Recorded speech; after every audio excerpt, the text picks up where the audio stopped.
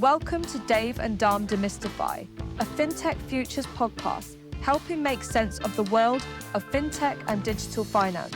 Please sit back and listen as the two Ds take a subject and discuss it to make it clearer and easier to understand. Demystify. Welcome to the Dave and Dharm Demystify show. And this week I'm actually in Lithuania at Rocket Vilnius, and I have a very special guest who is Greta. Greta, would you like to give the audience just a brief introduction to yourself and the company that you work for? Thank you, Dharmesh, for inviting me to your podcast. My name is Greta Ranonytė. I'm the head of Fintech Hub LT Association. We are an organization that unites different licensed fintech companies in Lithuania.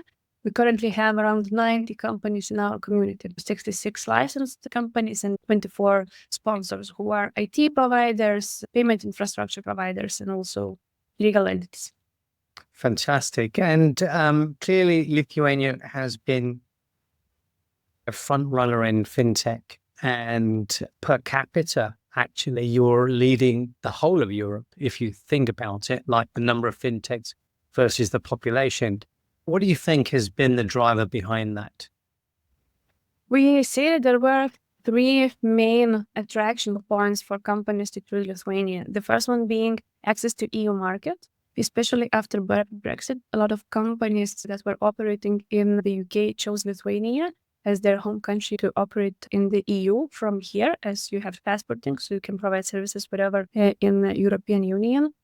That was the first part. The second one was infrastructure and the regulation that we had, quite fintech-friendly regulation.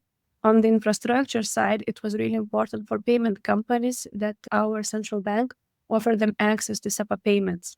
Usually, you get that access via a commercial bank, but our central bank said, okay, you can come and connect via us, which made it cheaper for the companies to process payments in the European Union. And then the third one was talents. So we did have a lot of talents to offer for the companies, especially in anti-money laundering and customer support, because we had back offices of big banks or IT companies that were operating in Lithuania before. Then they moved somewhere else. So we had abundance of talent for new companies to just take it. Wow. I mean, on the talent side of things, what is it about? I mean, clearly, the regulations play a big role in driving the fintech community here, that the fact that you're well supported by the regulators to drive the innovation. But in terms of talent, and as an ex-IT person myself, as an ex-programmer, compliance isn't an area that I would normally want to venture into. But what do you think it makes it interesting here in Vilnius for the talent to kind of get into fintech? In Lithuania, most of our fintech companies are not IT companies, they are financial companies that provide financial services. So when you provide financial services, it's not about the back of the office. You can just buy it from third parties or use third parties, and we do have third parties offering the services. But it's more about having the C-level compliance, anti-money laundering specialist in place, InfoSec specialist in place, and those kind of people, with IT being a little bit more in the background.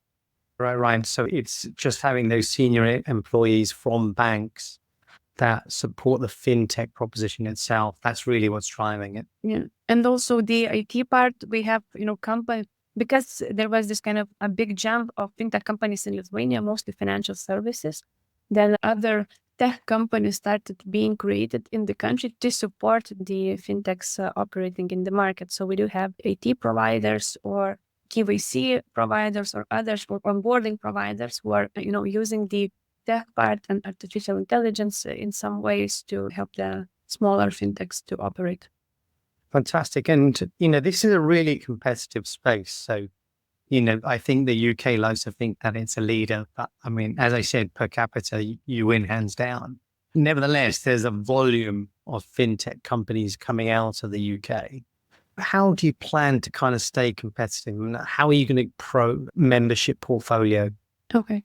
So UK is not an actual competitor to us because they cannot, if they're licensed in UK, after Brexit, they just cannot operate in the EU anymore. So what we are in, we are comparing ourselves with other EU countries that are attracting those UK companies. Yep. So the places that we compare us to, it's the Netherlands, Estonia when it comes to startups, but not so much fintech. Germany a little bit, because they do have a lot of payment companies, but the Germany companies, they are based in Germany and they operate in Germany for Germany, customers, whereas we operate everywhere, and then we compete with Netherlands, who are also inviting companies in the country to operate across the EU. But we are the only ones who have the infrastructure ready for fintechs. Nobody else, like as I said about the access to SEPA payments, it's a platform called CentralLink. Nobody else. Other countries have similar platforms, national platforms. It's just that they did not allow access to fintechs. But our Bank of Lithuania allowed access to fintechs, and they also allowed to safeguard client funds in the central bank. This won't be the case anymore because of the decisions made by European Central Bank, but nevertheless, this was one of the biggest reasons why we have the highest amount of licensed payment companies in the country. Currently, I think it's around 120, and they joined and they got a license here just because of that access to the payments, because it's much cheaper. If you connect via bank, it's much more expensive. And so I guess, let's change track a slightly bit. We've got the fintech kind of growth area. Where do you see the role of AI now for fintechs, but also kind of separately, because AI is going to affect everything. Is that going to be part of your remit, or are you specifically just focusing on fintech? Mm-hmm. AI is an interesting topic. In a way, a lot of people are talking about AI, but what kind of actual tools have you seen besides ChatGPT? So it depends. Of course, AI is being used in fintech to optimize internal processes or documentation or whatever. So it's used. It's just that the fintechs are not creating AI-based solutions per se, because that's not their role. They're using the AI. Who are actually creating some products based on AI are those third-party providers, especially in anti-money laundering, KYC part, or sanctions screening, monitoring, etc. Because you can input quite a lot of information to the model, and then they can, based on the specific criteria that you inputted, they can monitor the transaction and then screen whatever is it seems like on the red lines or whatever. And it helps the people that work in the companies to make better decisions or more informed decisions, or just takes away part of the workload from the talents, so we can do more with less people. So that's that. We do use AI quite a lot day to day, but it's just not the goal of fintechs to create AI-based products. Unless it's in the investment side. So credit scoring. AI can be used for credit scoring, and companies that do that, they use AI to assess the potential customers. But also, it's not about AI product. It's more about getting the credit. Yeah, Part of that task. Cool. And I mean, countries are, and this may be a little bit outside of your scope, but I'm just interested in your opinion. Countries, it seems like they're competing, like obviously there's China versus America in terms of creating the AI models. France also has put their hat in the ring to say that they have, new models coming out. The UK has committed, I think, $1 billion now towards, AI, which is, in the grand scheme of things, isn't a lot. The Middle East basically have committed, UAE, sorry, I was thinking of, has committed 100 billion to AI. Is this about, will Lithuania be able to support their community? Do you see a need to have your own model, or will you just leverage the models from other countries?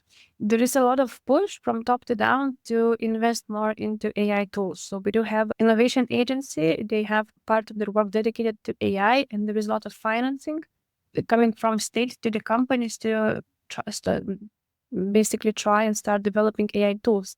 But it's just something, not that as I'm representing fintech. Yes. It's not just the place, we're not using that kind of financing because we are not here to create AI tools. But yes, there is a push to do that. On a higher perspective, you're coming from technology side. This is because of independence. And if we look into financial services more specifically, there is the same thing happening in the need to be more independent from schemes that are originating from other countries. So, for example, there is a lot of push to, for example, central bank digital currency. So grade digital, or to invest more into account-to-account payment models or other kind of models where our dependency on payment card operators would decrease, because now everybody is using Visa or MasterCard. Both of them are from the United States. And with the geopolitical changes, there is this kind of thing that we need in the Europe, we need to be more independent and create our own schemes that would be beneficial for the consumers, and we wouldn't be so dependent on the US-based schemes.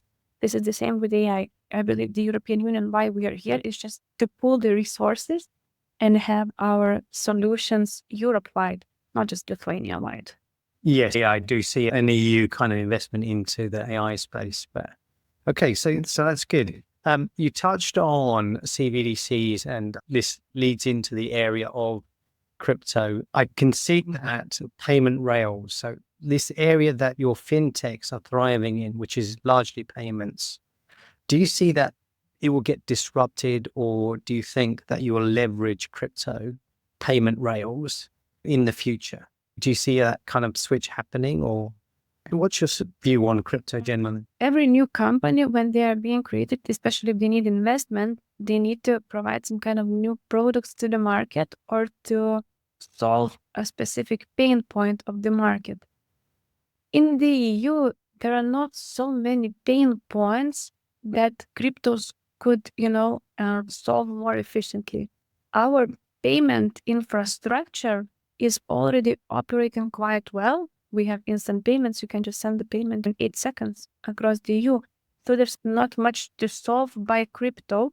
That's why what we're seeing companies that are using it more for, exchanges, digital wallets, yes, for payment, but for very specific sectors. With crypto, there are problems in other continents. Let's say Africa, Asia. And then if there is a company in Europe that need to use the remittances to send money outside of EU, then crypto might be something that they could use to be more efficient across the globe. Because with original payment systems, we have exchange rates, we have euros, then we have dollars. If you want to make a payment in dollar, then you need a financial institution who has that ability to convert the US dollars to safeguard their money in dollars. So there are a lot of aspects when it comes to, just going globally. And I think this is where the cryptos could help. For now, we do have quite a lot of crypto companies registered in Lithuania who would like to receive a license. None of them are actually offering just a plain payment service. It's usually to something more about investment, about exchanges, about supplementing euro payments, not, changing the landscape that we have. And this is maybe because, in Lithuania, payments are quite efficient. But if they're looking into abroad, then those kind of problems it could solve. Yeah, I mean, I guess I'm quite interested because now I think there's two topics of conversation that come up almost all the time at the moment for me, which is one is about AI, which we kind of covered. And the other one is about Trump, and because of the Trump regime, he's now looking at potentially having a crypto reserve, to back up their kind of currencies, etc. And I just wondered, because of that, we've seen a big jump in the price of things like Bitcoin and other altcoins, whether that would spur more momentum for more crypto companies. And as I understand it, Lithuania is one of the first to implement the MiCA regulations. And again, I think you're front running other European countries in that. Is that right? Yes and no. Yes, in the fact that we are the first one to implement it, but in practice, what it means is just the shortest period to get a license. Yeah. And it does not mean that it's more convenient for the companies. For some companies, it's more convenient to have more time to prepare for licensing than 4-5 months that we have. So it depends on the view. On one hand, yes, if you get a license here, then you will be able to operate across the EU much faster than, let's say, in other countries. But if you're not prepared, then you have no other choice but to move to another country because you will just not have enough time to get a license. So it depends on the viewpoint of this. Is Lithuania open to crypto companies? Not so much. Right. Okay. Yeah. Why the period is so short is just to make sure that only those who are prepared to offer financial services would stay in Lithuania and everybody else will move. Okay. So is there anything else that you're doing from a fintech perspective to drive further growth? I looked at some of the stats of fintechs coming out and it seems to be there was a big growth, and then now we're in a more steady kind of area. Is there anything downstream that you think is coming that will spur a new level of growth? Not in quantity. So I don't think that we will have more fintech companies in numbers in Lithuania. It's just the companies who are already here will grow exponentially. It's just the growth of fintech started in around 2017, with the biggest jump being in 2019 and until, let's say, 2022. Then we saw an increase in numbers of the companies. But since then, not many new licenses are being issued, and the focus is to the maturity of companies. But we can see that the operations are increasing. Let's say electronic money payment institutions, what they do, they process payments. So the value of payments that they process in 1 year, I think it grew by 30% just in 1 year. So they processed, I think, around 131 billion in 2023 and 152 billions in 2024. Wow. So it's just that kind of increase that is showing the standing of the companies. The number of employees are growing, the number of customers are growing. Despite, if we not include Revolut, then our companies offer services to around 1 million clients. And in Lithuania, there are 3 million. So 1 in 3, it's across the EU. Yeah. We include Revolut, we're offering services to 30 million clients in Europe. That's what's growing. And our companies are getting more well-known across Europe, but also abroad as well. I think that's a good point. And one I learned last year when I came to Lithuania was that actually the mindset in terms of fintechs tend to be about being more global from the outset, because they know that the population in Lithuania is quite small. Whereas in the UK, typically it's like, let's conquer the UK first and then think about some expansion.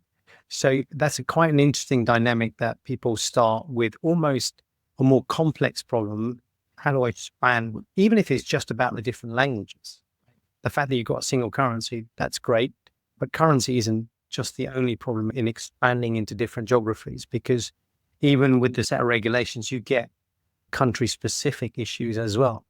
But it's interesting that here you seem to have kind of this growth mindset straight away. What makes them more successful here, do you think? First, maybe on the mindset, it's 3 million people, maybe less. Yeah. Now, it's a very small market to focus on, especially for 120 companies. So Lithuania is not, a target for those companies. They are just here because of the talent and the regulation for the license, and then to create the business that would work in other EU countries. And that's the whole mindset of the Lithuanian fintech companies. Why we are successful? Because the regulation is we are very innovative in the way we regulate the companies, how we supervise them, how close we as a market are, how institutions are close to the associations. I'm from association, how we are close to our market participants, and how we communicate and try to solve real life problems. But also what's important to understand in fintech, because usually, they say that, fintech startups, in order just to create a company and to get a license, you have capital requirements. Right. At least 350,000 euros just sit around, sit in the account. But if we're talking about people and infrastructure and third parties and everything, just to build the company, I would say you need at least 1 million euros. Just right now, just to create a company. What it means, the shareholders that create these companies, these are not new guys who just graduated the university. These are people who were in the market for quite some time. They might have similar businesses elsewhere. They might have financial businesses outside of EU, let's say in the UK, or some specific companies. So they do come with a certain level of experience to the market. And of course, maybe the people or the talents that work in those companies, they are young and hype and everything, but the C-level and the shareholders, they are much more experienced than, let's say, in a simple startup asking for financing. So that's one way to think about it. It's about financial services, about quite serious business. And the people who decide to do this, they are determined for the company to succeed. Yeah, I looked at how fintechs are generally funded, and the vast majority are self-funded through their own profits. So there's a need to almost make sure that the business model is right from the outset. They're funded either from the profits or from the shareholders, Yeah. because half of fintechs are still unprofitable. It's really difficult for them to get external financing, let's say venture capital financing or whatever, because if they need an investment, they need a very high investment. It's not about 10,000 euros, it's about millions. And then also fintech business is not that easy to scale. Because with tech, you can say, oh, I have this great new tech product that I can sell everywhere. But with financial services, you cannot. Each market needs a separate entry. You need to find clients. You cannot operate outside of EU. So this is so specific. And then for venture capitalists, they say, there's just too many unknown. And that's why fintechs are actually living from their own funding. But yeah, some companies do get financing from external sources, but it's not that common. It's a very interesting topic. In a way, it's not that common if we look in the numbers of how fintechs are financed, but then also if we look into financed amounts in 2024, in Lithuania, companies attracted around 110 million euros of investment. Half of that was to fintech. So the fintech was the number one sector of attracted investment. But if we look into fintech, they're not financed that much from external sources. So I don't know.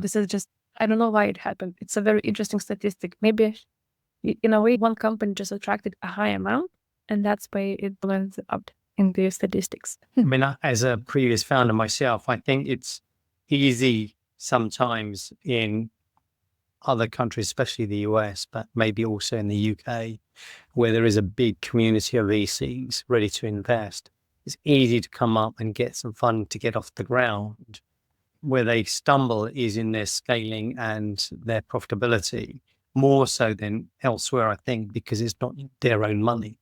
And having been a founder myself, we typically in two of the startups didn't take any funding until we actually started to grow the revenue, because I didn't want to give away too many shares.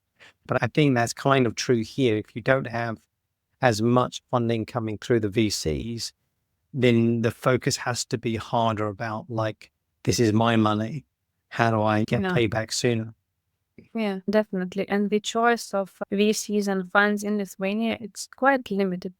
But we do struggle with capital attraction in capital markets. The situation in the US or UK is much better than here. So that's why some companies do not even think about the possibility to attract external investment. They just live by their own profits.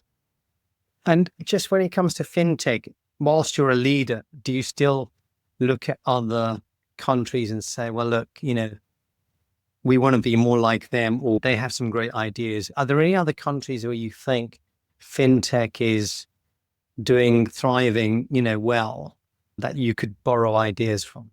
As a market, we do look into the UK, and some of the examples that come from UK, it's just that the main difficulty is UK has a very different approach to regulatory side, completely different of how we do things in Europe or how Europe does things.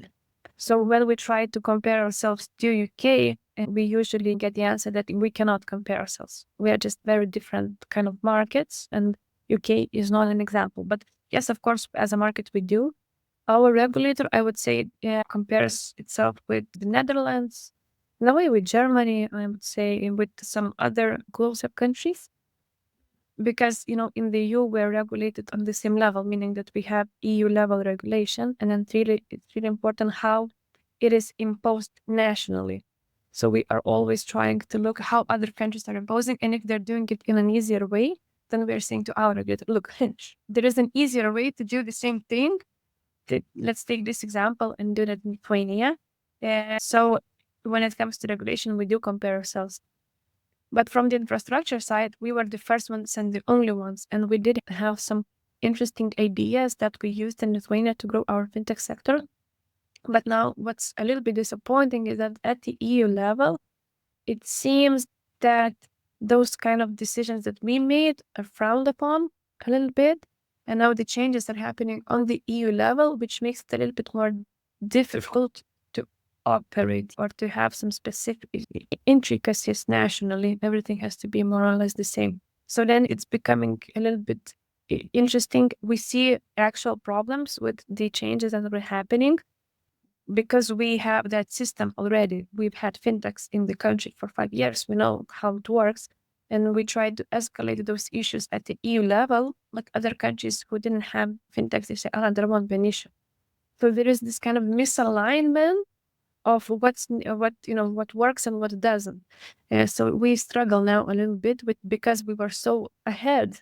Everybody is just, trying to catch up with us, which makes it a little bit more difficult for us, because the decision for them to catch up now, they need to impose, some specific restrictions to us. Right. I spent a bit of time both in Singapore, but also in Dubai. Yeah. And Dubai has a similar kind of population, about 3 million indigenous, actually less indigenous, but about 3 million population. But obviously they have a lot more capital behind them. But they have an absolute thriving tech community, because they have their free zones with people for internet companies, for AI now, for healthcare, robotics, etc. They're really trying to almost design the city around little hubs for specific areas of technology. I mean, I went to their fintech park or their building, and they massively increased the square footage. But even when you walk in, it's like a mall that you're going into, but it's a mix of shops, so lifestyle, as well as the offices themselves. I mean, we're in a very nice place here as well, but how, longer term, do you think countries like that can throw more money at it are going to compete harder? Or do you think actually this isn't really about money, it's really about talent and regulations? In tech, there is the tech part and the financial services part. With tech, you need to give those kind of companies as much space and freedom to create new products, to experiment, to fail, also to give financing for them to fail, to create something new. Because in Lithuania, we are also seeing it took us quite some time to break the unicorn ceiling, because we didn't have any unicorns for a long time. And when we broke it, now we already have, I think, 3 with other companies growing, and the spillover effect, how people that left the first unicorn are now creating other companies and unicorns as well. So this is something that we needed to break. And that's why for these kind of companies, we need to give a lot of freedom to create and invest into people and attract talents, because, in Lithuania, 3 million people. So we do need to attract talents from abroad. We need to create conditions for those talents to work in Lithuania, those free zones. And we do have that thing.